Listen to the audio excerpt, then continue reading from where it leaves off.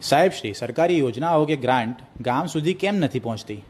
ગુજરાતમાં 18,300 ગામ છે અને ગુજરાતની કુલ વસ્તી 6.5 કરોડ, એ પૈકી 65% એટલે કે 4 કરોડ થી વધુ વસ્તી એ ગ્રામ્ય વિસ્તારમાં રહે છે। હવે ગામડામાં લોકોમાં બજેટ, યોજનાઓ, ગ્રાન્ટ, સબસિડી આ વિષયો પર પૂરતું જ્ઞાન અને માહિતી ન હોવાથી સરકાર બજેટ ફાળવે છે, જેમ કે ગ્રામ વિકાસ, ગ્રામ ગૃહ નિર્માણ, પંચાયત વિભાગ, આમ વિવિધ વિભાગોમાં બજેટ ફળવાય। આ બજેટ સરકારી અધિકારીઓ, સચિવ, એની નીચે કમિશનર કે ડાયરેક્ટર, ત્યાંથી જિલ્લામાં કલેક્ટર, ડીડીઓ, ત્યાંથી તાલુકામાં ટીડીઓ, મામલતદાર અને ત્યાંથી ગામમાં તલાટી, આમ વિવિધ પ્રકારનું બજેટ ગામ સુધી માત્ર કેટલુંક બજેટ કાગળ ઉપર ફરવાય। એટલે ગામના યુવાનોને હું વિનંતી કરું છું કે આપના ગામમાં તલાટીને આજે જ એક અરજી કરો। RTI right to information act, RTI અંતર્ગત 2005 20 રૂપિયાની ટિકિટ લગાવવાની અથવા રોકડા આપશે તો પહોંચ આપશે। સાહેબ,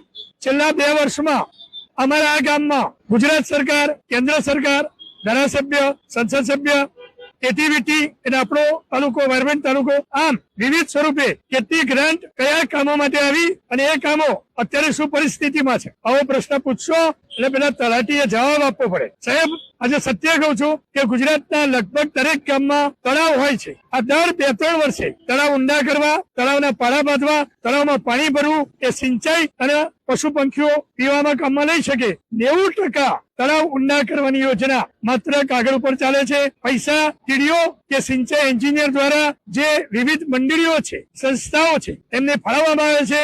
60% રોકડા ઉપાડીને પાછા એ એન્જિનિયર કે ટીડીઓ કે વિવિધ અધિકારીઓને આપી દેવાના। 30-40% પેલી મંડળી કે સંસ્થા રાખે। મને વિશ્વાસ છે, મેં નજરે જોયું છે કે 10% જ કામ, 90% પૈસા ખવાઈ જાય છે। આપના ગામમાં દર 3 વર્ષે તળાવ ઊંડું થાય, ઊંડું થયું, પાળા બંધાયા, પાણી ભરાયું, એ પાણી સિંચાઈમાં કે પશુ પંખીઓને કામમાં લાગ્યું ના। આવી રીતે ચેકડેમ હોય, તળાવની યોજના હોય, ક્યાંક ગરનાળા નાખવાના હોય, ક્યાંક ગામમાં ગંદા પાણીનો નિકાલ કરવાનો હોય, ક્યાંક પાણીનો ટાંકો બનાવવાનો હોય, ક્યાંક રિપેરિંગ કામ હોય। આ રિપેરિંગ અને નવું વસ્તુ બનાવવાના નામે કરોડો રૂપિયાની ગ્રાન્ટ ચવાઈ જાય છે, કારણ કે ગામ લોકો જાગૃત નથી। અને ખરેખર દરેક ગામમાં આ સુવિધા જવી જોઈએ। આજે સરસ વાત કરું છું, ગુજરાત સરકારનું બજેટ 4 લાખ કરોડ, ખરેખર તો 65% ગ્રામ્ય વિસ્તારમાં વપરાવું જોઈએ, પણ 25% જ વપરાય તો 1 લાખ કરોડ થાય। 18,000 ગામડા છે, 5 કરોડ થી વધુ રૂપિયા દરેક ગામમાં દર વર્ષે આવે।